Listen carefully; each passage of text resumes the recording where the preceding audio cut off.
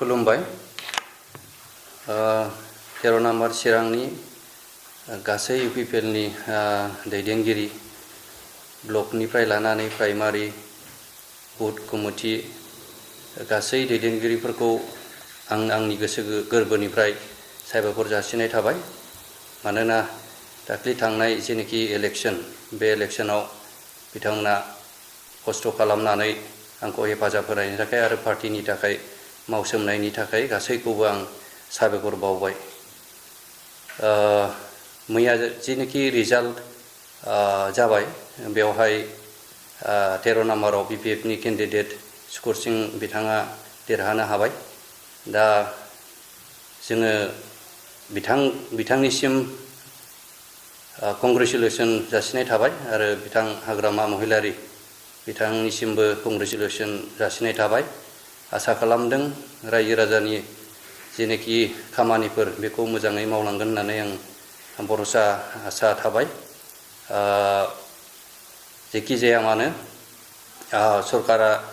बिदिनो थांलाय फैलाय बेयो जायो बयबो जुजिदों जोंबो जुजिदों रायजो राजाया गोबां सापर्ट खालामबाय आसा खालामदों जोंनि इउपिपिएलनि दोलोनि गासै सोद्रोमाफोरा गोसो सिङाव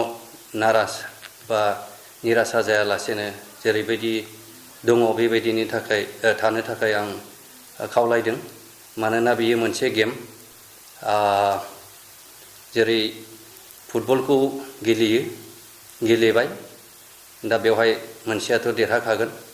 नाथाय बेवहाय जेननाय देरहानो थाखायो बेवहाय जोंहाबो गोसो बोलो बायनो नाङा रायजो राजाया दङ बयबो दङ थिगानो दं गासै दैदेनगिरिफ्राबो दङ दा बेनि थाखाय आं खावलायनाय थाबाय जेरैबायदि जोङो पार्टियाव दङ बेबायदिनो ज'यै नांगौ समफ्राव नोंथांमोना ओंखारबोगोन होननानै आं आसा आरो मिजिंथिबाय आरो बेखिनिखौनो जोबथानायाव बयनोबो गोजोननाय आरो अननाय जासिनानै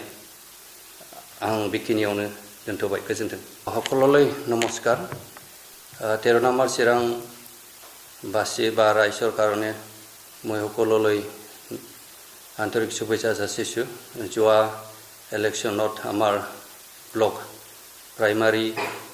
আৰু বুথ কমিটি যিমান লিডাৰ্ছ আৰু মেম্বাৰসকল কষ্ট কৰি পেলাই আমাৰ ইলেকশ্যনত সহায় কৰিলে তো ইয়াৰ কাৰণে সকললৈ মোৰ আন্তৰিক শুভেচ্ছা যাচিছোঁ আশা কৰিছোঁ আমাৰ এই 13 নম্বৰ চিৰাঙত বিপিএফৰ বা বিপিএফ পাৰ্টি দলৰ স্কৰ সিং বসুমতাৰী জিতিছে তো ইয়াৰ কাৰণে মই বেষ্ট উইচেছ যাচিছোঁ আৰু যেনেকি চৰকাৰ চলাব বিপিএফে সন্মানীয় হাগ্ৰামা মহিলাৰী দেৱক মই শুভেচ্ছা যাচিছোঁ তো আশা কৰিছোঁ আমাৰ ৰাইজে নিৰাশা হ'ব নালাগে আমি আছোঁ আমি একেলগে আছোঁ আশা কৰিছোঁ আমাৰ ৰাইজে যেতিয়া আমি দৰকাৰ পৰিব বা দলে মাতিব সকলোৱে ওলাই আহিব তো মই কামনা কৰিছোঁ আৰু লাষ্টত সকলোলৈ মোৰ বেষ্ট উইচেছ যাচি ইয়াতে সামৰিছোঁ ধন্যবাদ